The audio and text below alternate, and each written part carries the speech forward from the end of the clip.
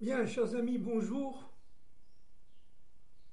Et voilà, nos enfants, nos petits-enfants, comme un seul homme, envoyé par le Dieu d'Israël, viennent de rentrer à Rafia, au sud de la bande de Gaza. Alors permettez-moi d'abord de rappeler un point fondamental. Gaza est un territoire très saint. À partir duquel la parole venant de Jérusalem et s'étendant sur tout Israël, c'est un territoire qui va réunir les forces de la parole du Messie, sous les ordres évidemment de Dieu, pour la répercuter à partir de la France au reste du monde. Et il est évident que les peuples, notamment le peuple philistin, bien avant Abraham Avinu, notre père Abraham, qui étaient considérés comme des individus immoraux, sans foi ni loi, par le pharaon lui-même d'Égypte. Et on l'a déjà dit, on l'a déjà vu, ont été renvoyés, éjectés d'Égypte, avec perte et fracas. Étant des navigateurs, les Philistins se sont réfugiés en bonne partie dans le territoire de Gaza. Alors évidemment, chez nous, il n'y a pas de hasard. Tout cela fait partie de la volonté divine. C'est le plan de Dieu qui s'accomplit depuis Bereshit jusqu'à l'arrivée du Mashiach et après, bien sûr. On a déjà dit de nombreuses fois pourquoi les Philistins se sont installés. Parce que leur ange protecteur en haut, dans les autres mondes, savait très bien que ce territoire était la porte d'entrée, plutôt de sortie, de la parole de Jérusalem vers l'universel. Le territoire de Gaza est une clé. C'est pour cela que les nations aujourd'hui ont tout fait. Évidemment, en premier l'Amérique, on le verra tout à l'heure pourquoi, ont tout fait pour empêcher Israël non seulement d'attaquer Gaza avec ces monstres qui s'y trouvent, au niveau, je parle au niveau non pas du peuple mais de leur armée, des individus inhumains, monstrueux, de véritables nazis. Et voilà que, au lendemain du Yom HaShoah, et voilà que l'armée d'Israël étend ses opérations à Rafia.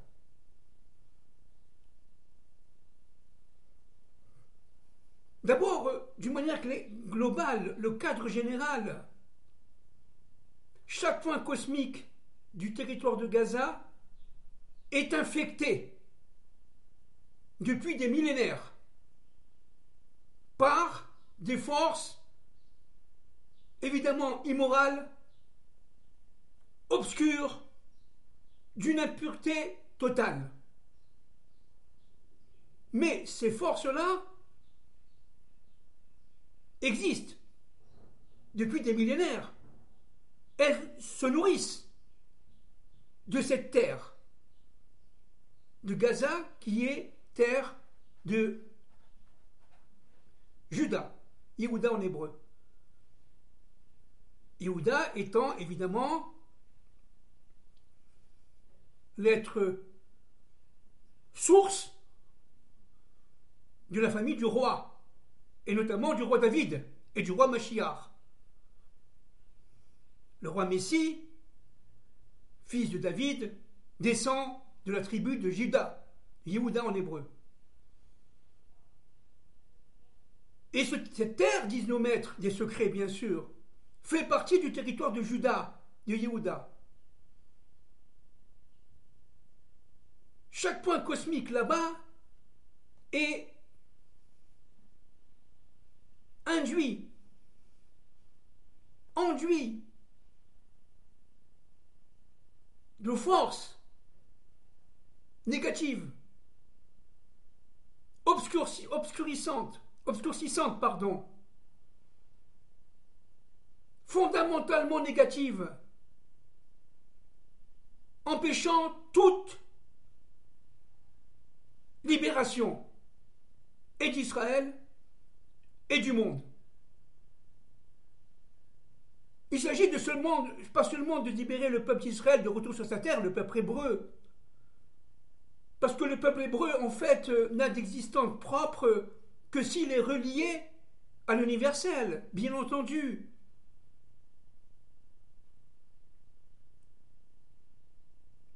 L'objectif de Dieu est d'arriver dans ce pays à créer une entité qu'on appelle Yeshurun, on l'a déjà dit.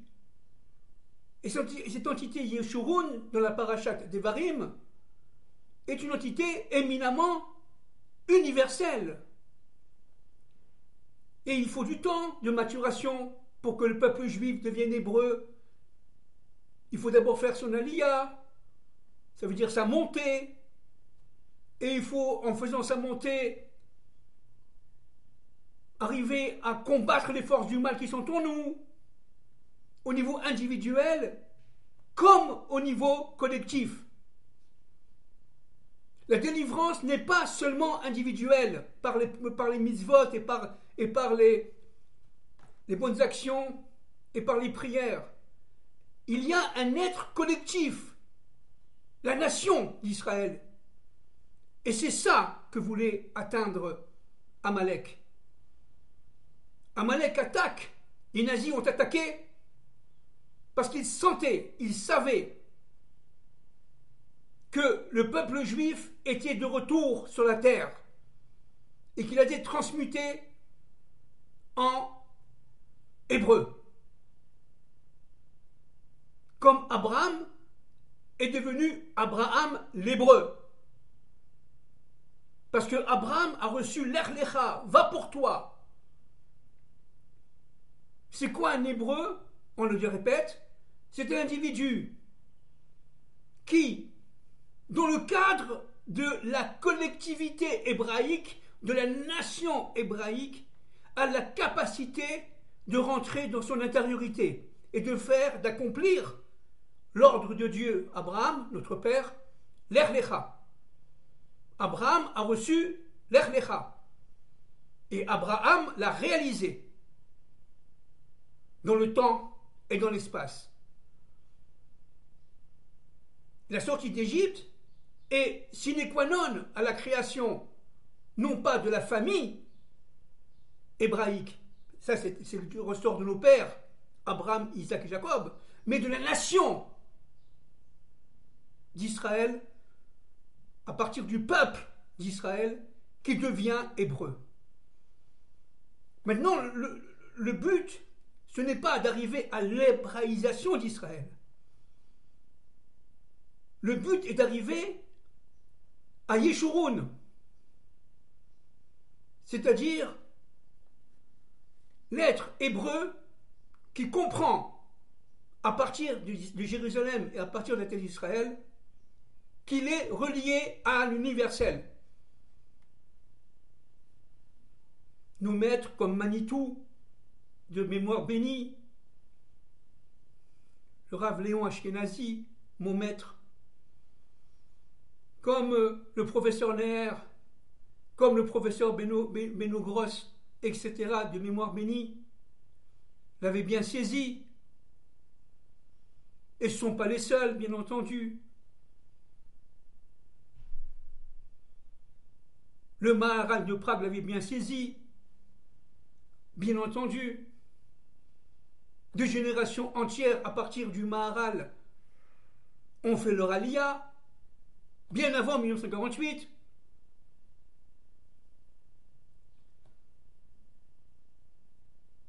La terre de Gaza est une clé fondamentale de la délivrance. Chaque militaire israélien, qu'on le veuille ou qu'on ne le veuille pas,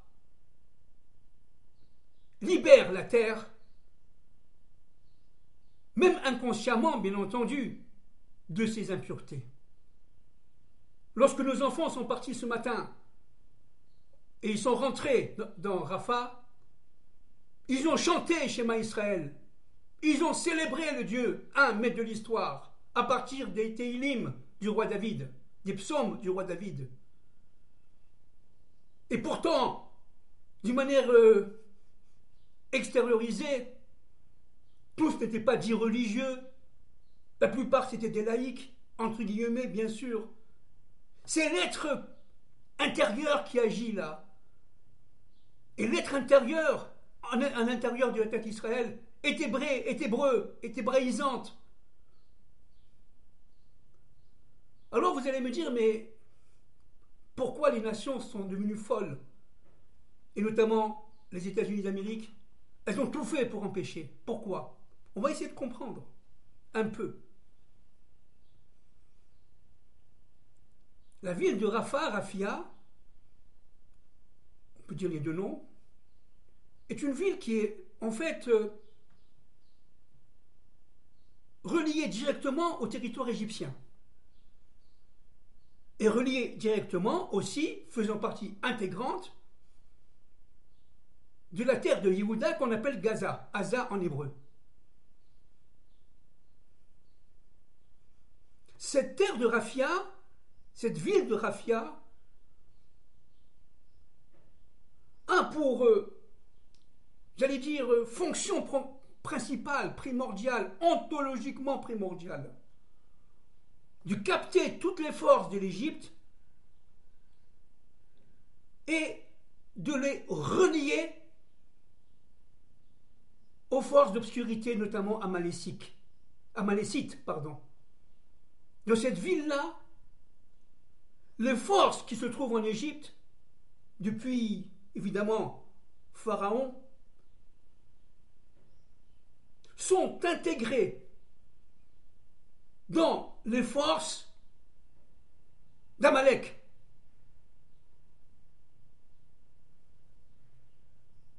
Et tous les tunnels, parce qu'il y en a de très nombreux, on va les voir, si Dieu veut, bientôt, dans ces tunnels où sont cachés leurs chefs, mais aussi tous nos frères et sœurs qui sont détenus.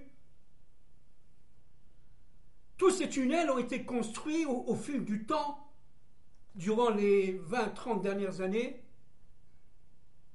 mais ce sont, regardez bien, des tunnels qui se trouvent dans un point de passage entre l'Égypte et Israël. Et un tunnel, par définition, c'est obscur. On ne peut pas respirer dans un tunnel. On ne peut pas vivre dans un tunnel longuement, en pleine santé. Alors, quel est le problème? Pourquoi les Américains deviennent complètement fous? Pourquoi les Européens? Vous allez me dire qu'ils aiment cette population, mais pas du tout. Ils détestent Israël, bien plus qu'ils aiment cette population. Alors, qu'est-ce qui se passe? Alors, chers amis, on va essayer de comprendre un peu, à partir de Jérusalem, à partir d'une Torah de la délivrance, le fin fond du problème. Alors je vais citer ici, à partir du petit Larousse de la langue française, que j'avais apporté avec moi lors de mon alia, le petit Larousse en couleur de la langue française. À la page 1479, quelques mots sur la ville de Philadelphie. C'est pas pour rien Philadelphie. Parce que le corridor, le couloir qui permet de passage des forces égyptiennes au territoire de Gaza s'appelle le corridor de Philadelphie. C'est pas pour rien. Il n'y a pas de hasard chez nous. Alors je vais lire et je vais essayer de comprendre. La ville de Philadelphie est une création de William Penn en 1682. Écoutez bien.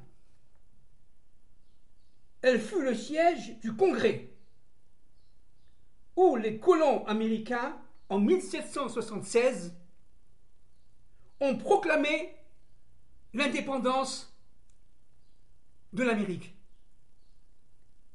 En 1787, c'est aussi dans cette ville où le gouvernement fédéral siégea jusqu'en 1800 et que s'élabora la Constitution américaine. Fin de citation. C'est très clair. Dans la ville de Philadelphie, vous avez de nombreux monuments, et notamment une cloche qui date de cette époque-là, de l'indépendance d'Amérique, qu'on appelle la cloche de la liberté. Cette cloche de la liberté, elle est garante de l'indépendance américaine. Alors comment ça se fait? Pourquoi cette ville de Pennsylvanie, à des milliers de kilomètres de Gaza, donne son nom au corridor entre l'Égypte et le Gaza? Pourquoi? Évidemment, dans le monde secret, il faut bien comprendre ce que nous avons dit de nombreuses fois, et on le répète. Édom, l'Occident aujourd'hui, avec pour fer de lance les USA, les États-Unis d'Amérique, Édom, descendant évidemment d'Ésaü, et portant en son sein les forces d'Amalek, Édom, l'Amérique, l'Occident, l'Europe, se nourrissent du territoire de Gaza, et particulièrement de Rafah, de Rafia. Parce que c'est de là que sortent les forces de Pharaon pour l'universel. C'est de là que sortent les forces d'impureté idolâtre pour l'universel. C'est de là que sortent l'obscurité de l'obscurité, l'infamie de l'infamie, Amalek. Moïse l'avait vu déjà. On a déjà dit, il voulait rentrer directement par le territoire de Gaza, en Eretz Israël, en pays de Canaan à l'époque. Dieu lui a dit non, ne rentre pas, c'est pas le moment. Pourquoi? Parce qu'il a fallu attendre évidemment l'ensemble de l'accomplissement des faits historiques.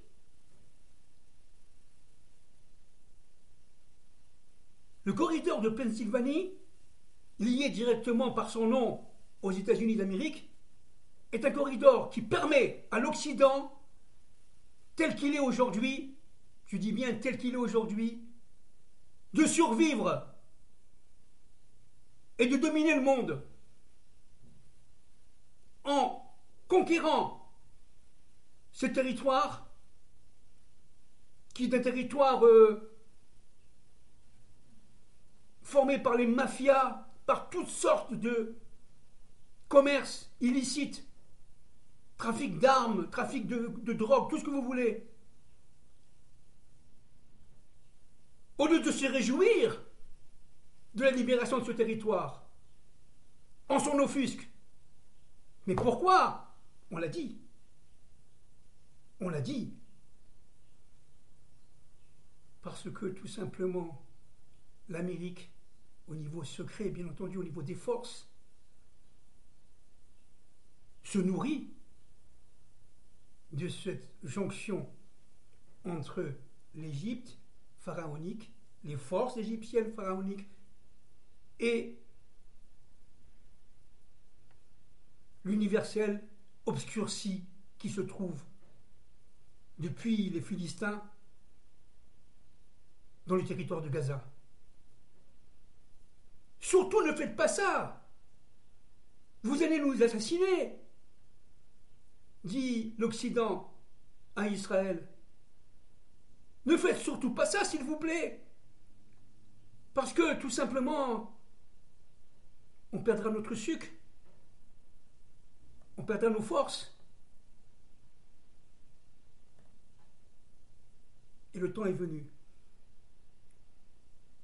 où Dieu ordonne à l'armée d'Israël, par l'intermédiaire évidemment du Premier ministre, du chef d'état-major, etc., de détruire, une fois pour toutes, non pas le peuple, bien sûr, mais les brigands qui se trouvent à sa tête. Ceux qui ont assassiné nos femmes et nos enfants le 7 octobre. Ceux qui ont détruit, violé nos filles, brûlé nos bébés. Vous savez, je crois que les nations n'ont absolument rien compris et tiré aucune leçon de la Shoah. Je parle évidemment globalement, bien entendu. Bien entendu, je parle des élites. Évidemment, ils n'ont rien compris. Qu'à l'époque, nous étions des Juifs, inféodés à leur pouvoir, à leurs autorités. On vivait dans des ghettos, malgré la Révolution française.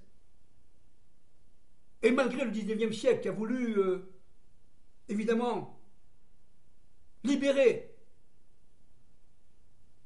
le peuple en France, par exemple, et en Europe d'une manière générale, même en Amérique, afin de l'assimiler. L'assimilation est une forme de destruction, parce que ça détruit l'identité intérieure de chacun et de chacune. Dieu dit maintenant, stop, ça suffit.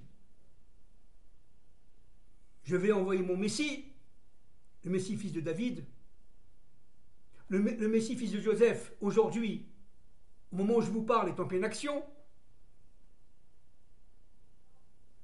Il se bat contre les ennemis d'Israël et les ennemis du monde. Il s'agit, on le sait, d'une lutte des fils de la lumière contre les fils des ténèbres. Et les fils des ténèbres, déguisés en lumière, eh bien, sont épouvantés. Parce que dans les autres mondes, les anges qui les représentent, qui les soutiennent, sont en voie d'être déchus. Et là-bas aussi, c'est l'épouvante. Ne faites surtout pas ça.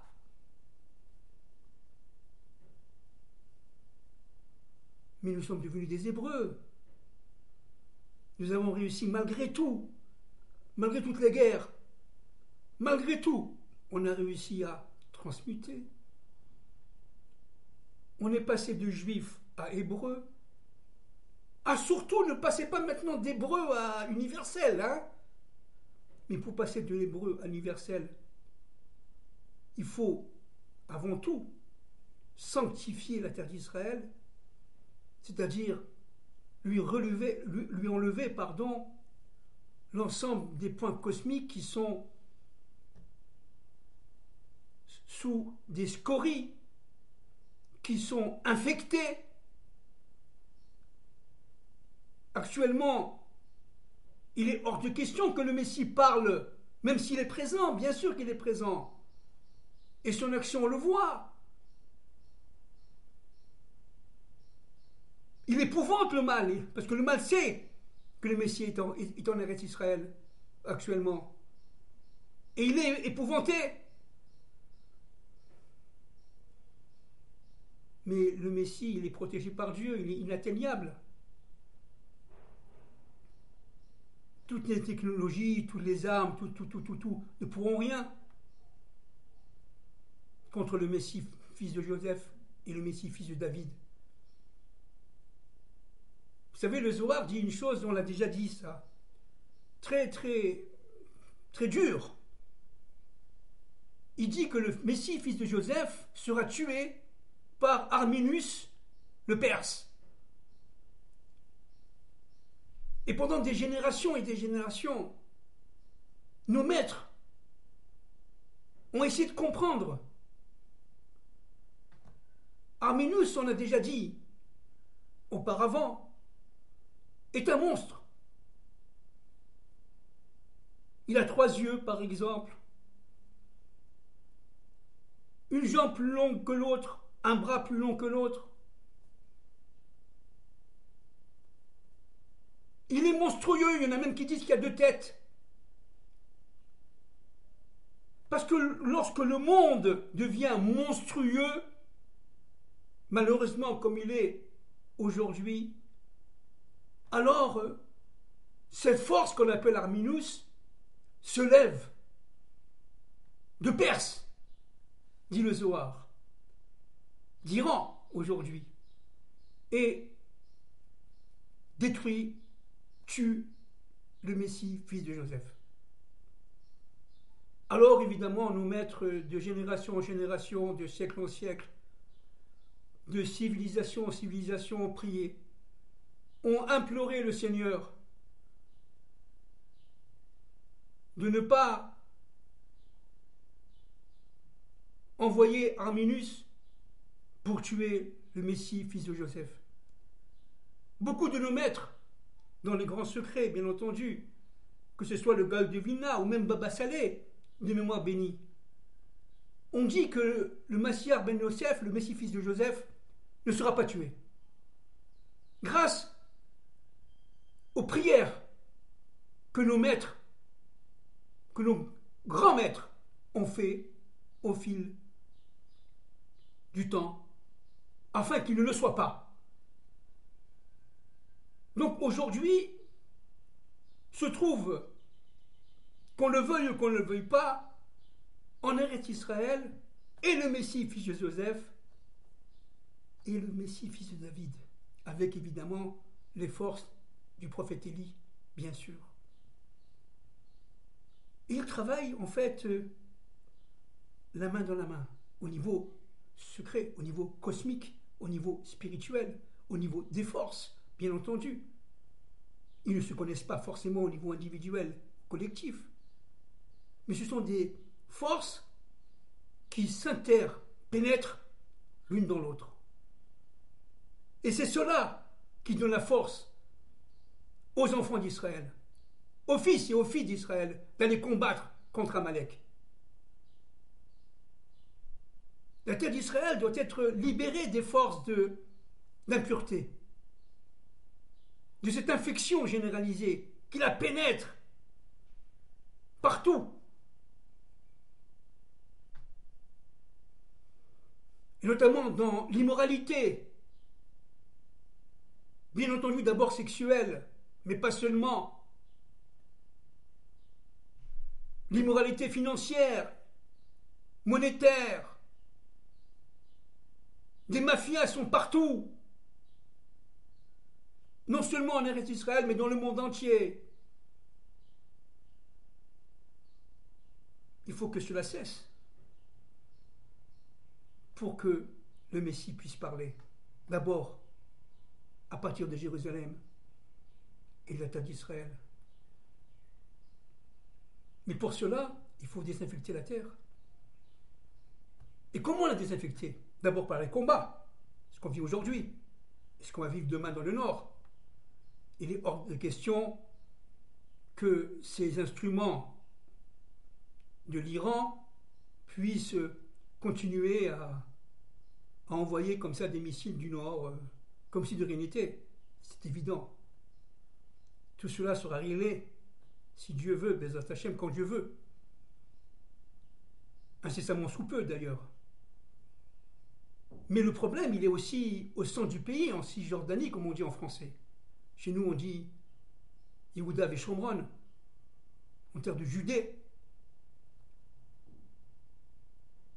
où les forces adverses, les forces ennemies sont présentes, omniprésentes.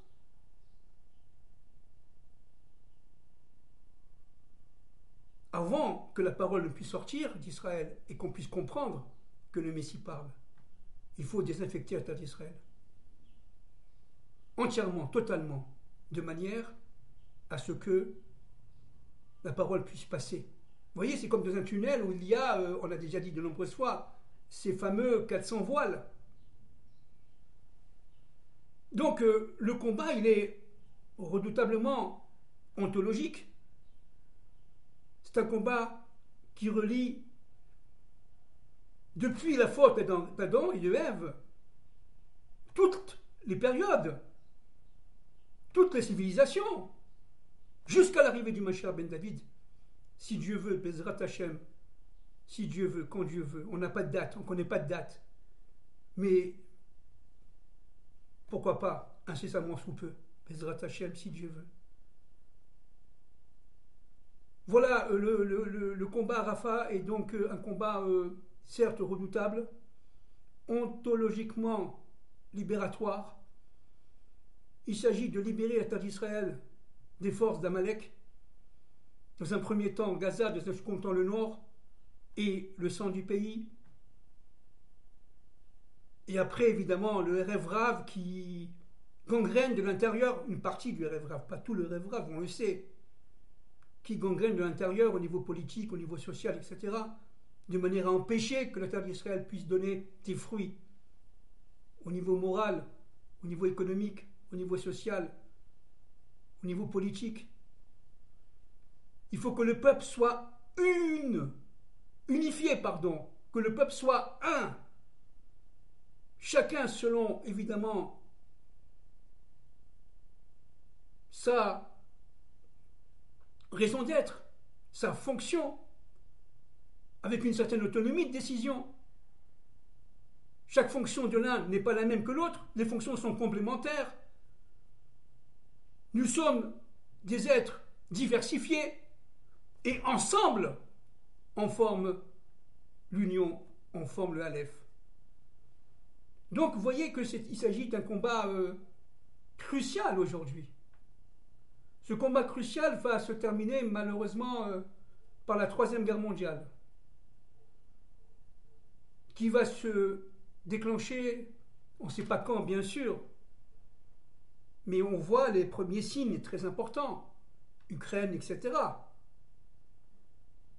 Et pas seulement l'Ukraine. Ces forces-là qui sont démasquées par le Messie sont aujourd'hui en furie. C'est comme un lion qui est blessé à mort. Avant de mourir, il est très méchant.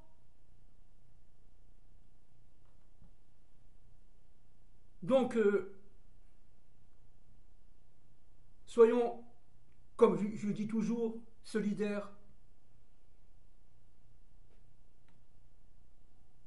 Nous faisons tous partie d'une même famille, je répète, juifs et non-juifs. À partir du moment où nous avons la lumière intérieure en nous, quelles que soient les manipulations religieuses au fil du temps et de l'espace, nous sommes descendants d'Adam et de Ève. Et nous devons réparer nos fautes. Parce que nous ne sommes que des êtres humains, on faute, bien sûr. Mais ces fautes seront réparées par le Messie, par la tchouva, par le retour des juifs et des non-juifs vers leur même Dieu. Donc il s'agit encore une fois d'un programme grandiose, phénoménal. Il s'agit ni plus ni moins de révéler la présence divine à partir de Jérusalem, du Dieu un, maître de l'histoire. il est évident que les forces négatives n'en veulent pas. Parce que sa révélation entraîne leur mort, leur destruction. Et c'est ce qui va se passer. Voilà, je vous embrasse. Portez-vous bien. Nos forces sont rentrées dans Rafah. Que Dieu les protège. Et que Dieu protège les tzadikim qui se trouvent dans ce peuple-là, à Gaza. Et que Dieu permet tout simplement au Messie, fils de David, de parler et à l'humanité tout entière, descendant d'Adam et de Ève dans un premier temps, de le comprendre et de réaliser la volonté divine. Merci beaucoup.